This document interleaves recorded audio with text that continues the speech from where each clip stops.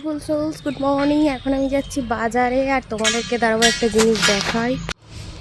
এই যে দেখো আমাদের বাড়ির সামনে কতগুলো পাহাড়, একটা দুটো ও তিনটে চারটে পাঁচটা ছটা পাহাড়। আর টাকা খরচা করে দার্জিলিং, কালিম্পং, সিকিম এসব জায়গায় যেতে হবে না, দেখছো? আবার খেজুর গাছও আছে, মানে মরুভূমিরও আমেজ পেয়ে যাবে। চাইলে আসতে পারো, মাত্র 50 টাকা। আর এই দেখো, এটা কে? কেউ চিৎকার করবে, দাঁড়াও, বেরিয়ে আসার জন্য।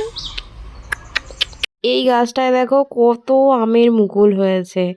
এবারে সরস্বতী পুজো অনেক আগে হয়ে গেছে, নাহলে সরস্বতী পুজোতে আমের মুকুল লাগে, কিন্তু এবারে আমের মুকুল সেভাবে তখন হয়নি, এই কদিন আগে থেকে শুরু হয়েছে।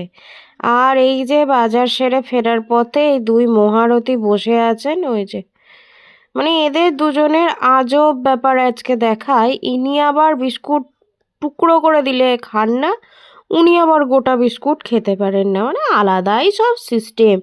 যাই হোক, ক্ষমা ঘেন্না করে এক টুকরো খেলেন। এই যে এবার ওনাকে গোটা দিতে হবে, না হলে আমার নাইটি ছিঁড়ে দেওয়ার চেষ্টা করবেন।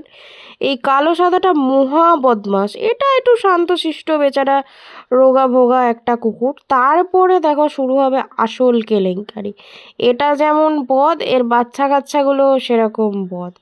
দেখবে, এই দেখো, এ এখন খেয়ে যাচ্ছে, কিন্তু এরা দুজন, এর একটা বাচ্চাগুলো যে কোথায় কোথায় থাকে, ওই দেখো, দেখবে, দাঁড়াও 1 সেকেন্ড, এদিকে, এই যে দেখো, বলতে না বলতে চলে এসছে ওই যে ওর বাচ্চাটা। ওর মায়ের কাছে যাওয়ার সাহস নেই, কিন্তু মা কিন্তু খ্যাঁক করে কামড়ে দেবে। ওই জন্য ওই যে এখন মাঝে এসে একবার এদিকে গা চুলকাচ্ছে, একবার ওরটা ছিনিয়ে খেতে যাচ্ছে। এটা যেমন বদমাস, এর 3টে বাচ্চা আছে, এখনো 2টো আছে।